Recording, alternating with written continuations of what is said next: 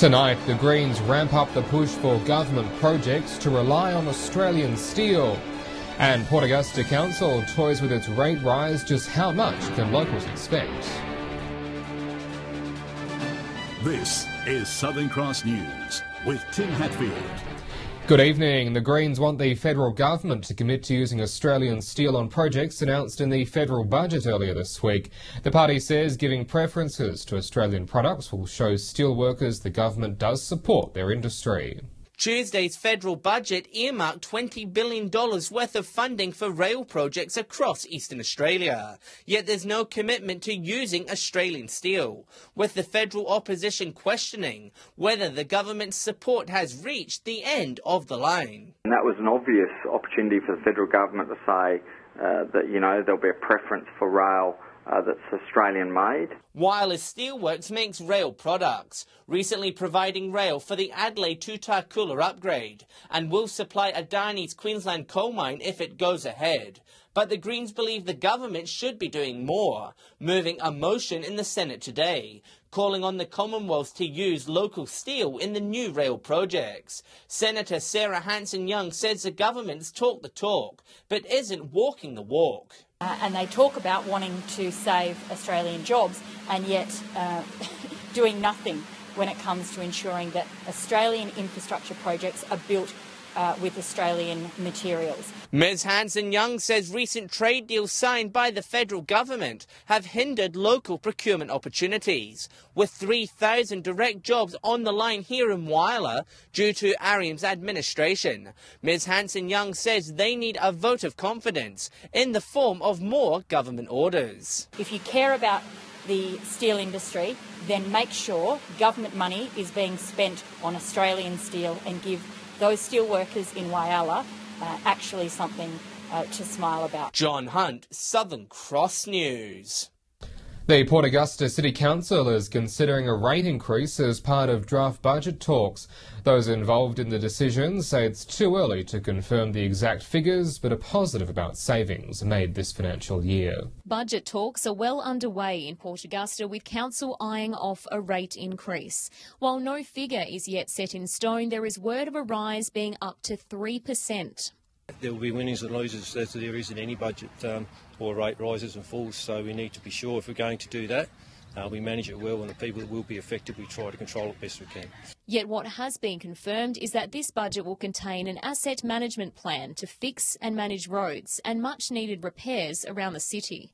In addition, a $1.6 million saving in the last 2 years, which Mayor Sam Johnson credits to the council staff. Which is quite a significant effort, and still maintaining pretty much all of our services in the last 12 months, but just gaining those efficiencies and doing things a little bit smarter and a little bit different has given us those savings moving forward. Council says there are still savings to be made to counteract its $4.5 million deficit.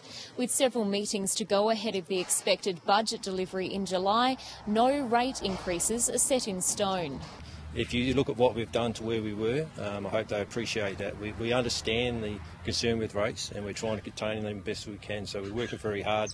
Amelia Simpson, Southern Cross News. A man has been jailed over a crash which killed an 86-year-old man on the Augusta Highway in 2013. The driver, Mitchell Dean, was distracted by an in-car DVD player when he slammed into the back of grandfather Harvey Spencer's car, killing him. Mr. Dean appeared in court in Adelaide today, where he was jailed for at least 2 years and 9 months. The judge said he would have jailed the driver for less time due to his good personal qualities. However, killer driver laws prevented him from doing so. It appears measures in this week's federal budget could benefit the Port Pirie Council.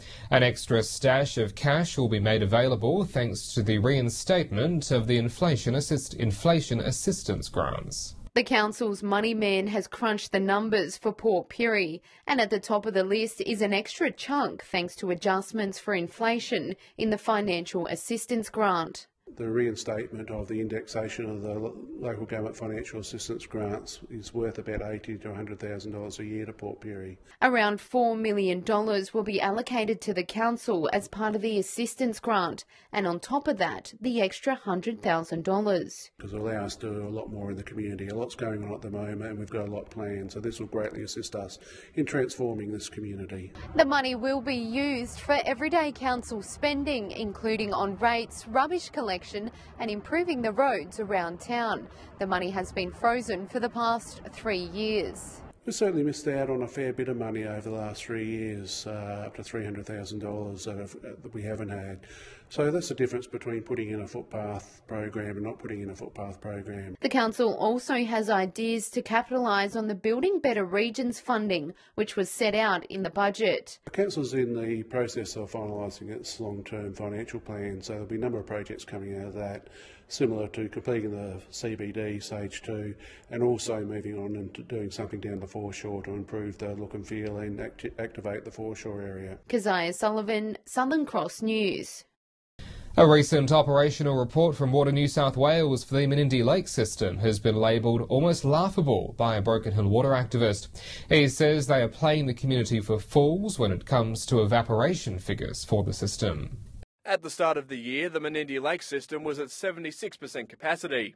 5 months on, it's down to 41. It's not a good thing, and it just shows the complete lack of respect and, well, what you'd say is sympathy for the Broken Hill and Menindee townships. The report says lakes have decreased by 791 gigalitres since mid-December.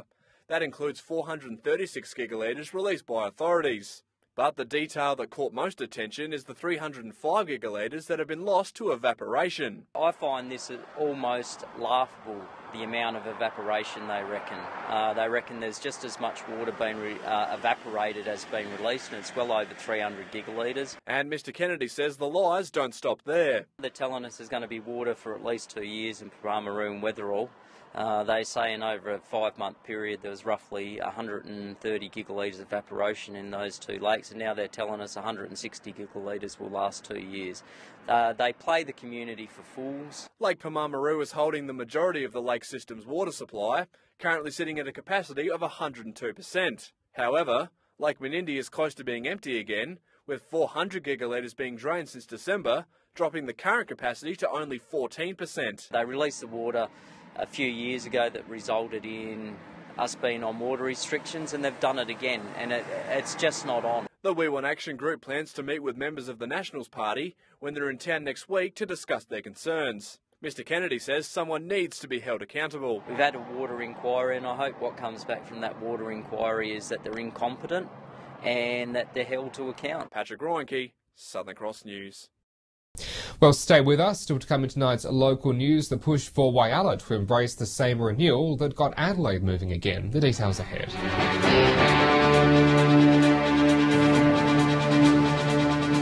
Welcome back. The head of Renew Adelaide visited Whyalla last night to discuss how his group's achievements could be replicated locally.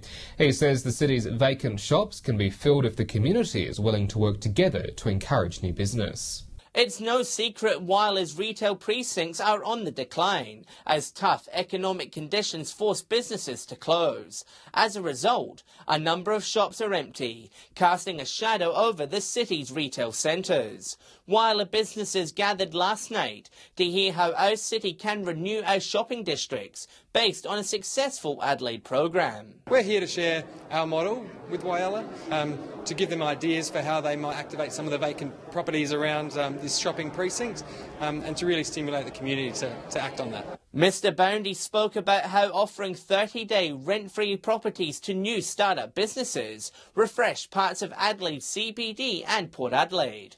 And while it's early days, he's confident Whyalla can be reinvigorated if start-ups are given an opportunity. It's about adding vibrancy to the community, creating a culture where people want to try new ideas and seeing if they do work. And if they don't, then that's okay too. And he says local pride can turn the smallest idea into the biggest success. It only takes a few concerted citizens to have a good idea that they want to bring to life to make it work. It's about giving people a risk-free way to test their ideas. John Hunt, Southern Cross News.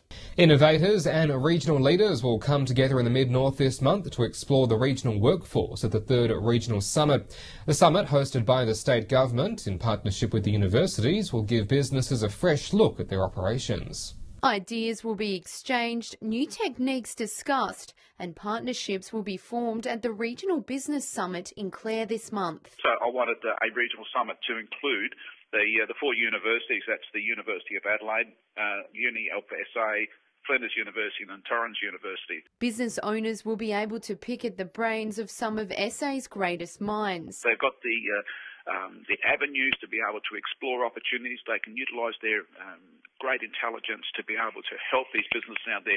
Now, businesses need to change. We all need to change. A range of businesses will be able to have one-on-one chats with professors who know all too well the highs and lows of owning a company. With the universities, they'll be able to tailor-make any programs to suit any of the industries out there. It's not the first time the summit has run. It's already been successful in Whyalla and Mount Gambier. Also in Port Pirie, George Street Engineering has successfully used help from the universities. These years are for new styles of temperature controlling advices for furnaces and things like that. To participate in the summit, businesses are invited to register with the Regional Development Association. They are there to be utilised. They are there to be used by the industry, by the businesses, and I encourage everybody else to come along and register for this. Keziah Sullivan, Southern Cross News. A 17-year-old tech guru visited Port Lincoln today to conduct workshops with Aboriginal students. The pupils were given a first-hand look at building tablets and virtual reality headsets in hopes of inspiring their full potential. It might look like virtual reality, but entrepreneur Taj Parbari is hoping these Port Lincoln students are seeing their future. We're getting these young people building their very own tablets, building their very own virtual reality headsets, and actually getting up on stage, practicing their soft skills, skills that we believe are so fundamental to growth and development. The 17-year-old entrepreneur who was suspended from school now runs his own technology company and travels the world inspiring young people to chase their dreams. Sure, you might not be that great at school, and that's okay, right? The world is changing. The importance of a traditional educational qualification in today's world carries far less significance than it once did. If you know how to communicate, if you know how to public speak, if you know how to share your ideas, share your concepts, you really could change the world. This year, Taj was named Queensland Young Australian of the Year and hopes that his story is enough to motivate others to realise their full potential. Teaching the young people how to start their very own businesses, how to start their very own social change movements, organisations that could shape the future of Australia. We want them to dream big, to think big, and that's what we've been trying to do today. Students from Port Lincoln High School receiving an eye-opening experience, one that Taj hopes will lead to greater things. It's inspire them to think big, to think a little bigger, to dream a little bigger. Because, hey, if you have the passion, you take the action, the magic really will happen. Jason Kemp, Southern Cross News. When Southern Cross News returns after the break, an AFL great set to hit the field in Broken Hill. We'll hear why next.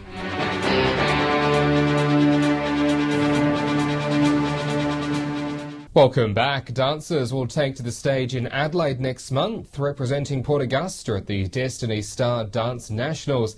It's the cheer and dance group's first time competing in a dance-only competition, and they're busy training already. Dancing in the rain, hail or shine.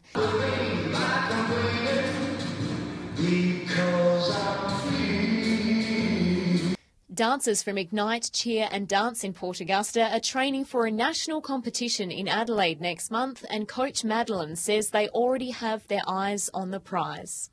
I give them a call and say we can squeeze in a half an hour training, how do you feel? And they drop everything for me all the time, and so just seeing that is just so rewarding. Normally competing in cheer and dance competitions, it's Ignite's first dance-only competition, and they've had just a few weeks to prepare. And yeah, it's very exciting to see their hard work rewarded and to have some very new dancers to the competition circuit being recognised for what they're doing. Ignite will enter in a variety of categories, including lyrical, jazz, hip-hop and Broadway.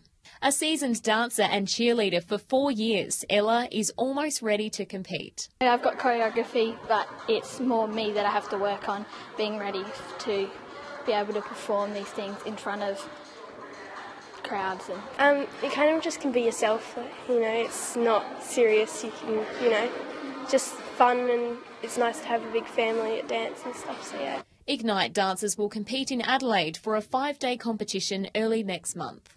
Amelia Simpson, Southern Cross News. AFL legend Anthony Koutoufides will play a one-off game for Broken Hill Footy Club next month. The 270-game Blues great will don the blue and white for North when they take on Souths in round 9.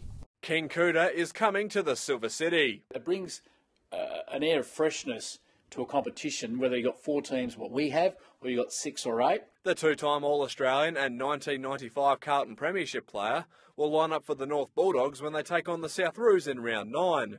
Kouta has been playing in an over-35 Masters team in Melbourne, but said he was interested in doing some marquee games. We're pretty sure that he'll be able to cope with Broken Hill football and hopefully snag a few goals and put on a good show for everyone in town. Word is already spreading about the AFL Hall of Famers visit, and the local league says if it's a success, more clubs might push for these sorts of one-off games.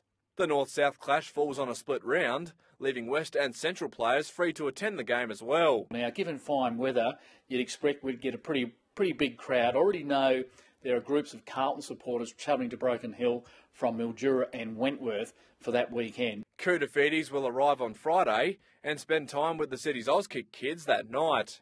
Plans are not set in stone for Saturday just yet, but North's president says things are in the works. Hopefully we can get him there nice and early on Saturday so he can walk around and introduce himself to some people, but the finer details are still getting worked out. Obviously it's a pretty big deal that we're trying to get organised. Patrick Reinke, Southern Cross News.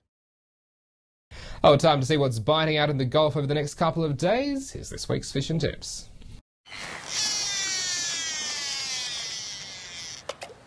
Welcome another week around the Gulf Fishing Tips and Port Period. There is no time left. You need to get out there on those King George whiting. They're starting to come around, but the yellowfin whiting are tailing off. They're a little bit smaller in size, but you can still get a feed. Now, my tip is Barrows Beach is the way to go. Work your way back to Talawi, Second Creek also. While you're around at Second Creek, stay the night. There should be some nice pan-sized snapper happening also. Squid, well, you can bang one on the head now and then, but they aren't as plentiful as we want. But just think about the old cross stick. That should give you your best results. G'day and welcome to this week's Fishing Tips from Port Augusta, Jewel North. Well, spectacular time of year, really calm weather and not too cold yet either. Big catches of King George whiting. There are a lot of pussies in amongst them, so just make sure they're over the 32 centimetres.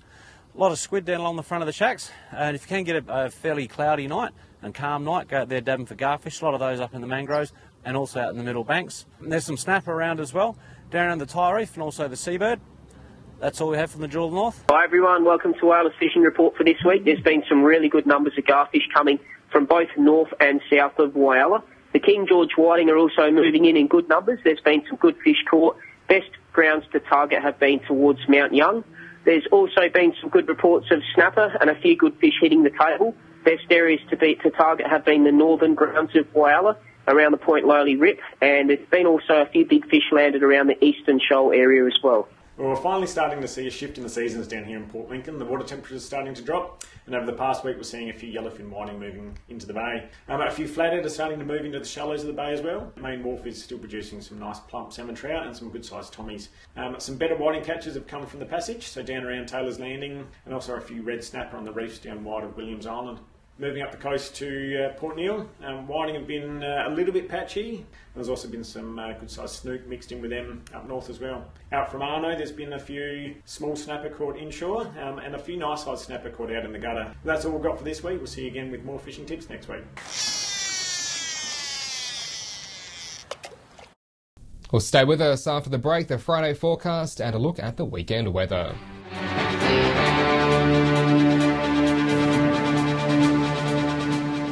Welcome back. Time for the weather now, and a bit of cloud about today as it pushed across, but still fairly fine and mild. Temperature-wise, 21 the top in Port Augusta and Port Pirie, with 20 in Whyalla, Port Lincoln 22, Broken Hill fine on 21.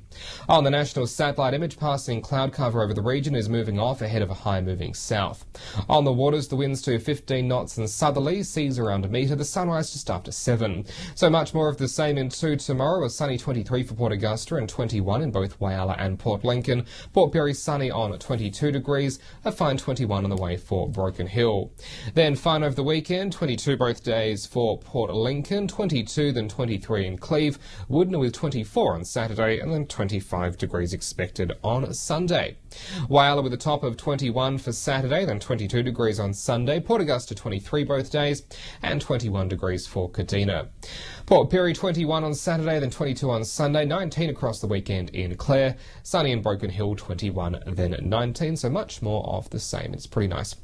And that is the local news for this Thursday evening. Don't forget, as always, you can stay up to date with us on Facebook and on Twitter. You can also get in touch via email. We'll see you back here tomorrow night from 6:30. I'm Tim Hatfield from the team here at Southern Cross News. Do have a good evening. Good night.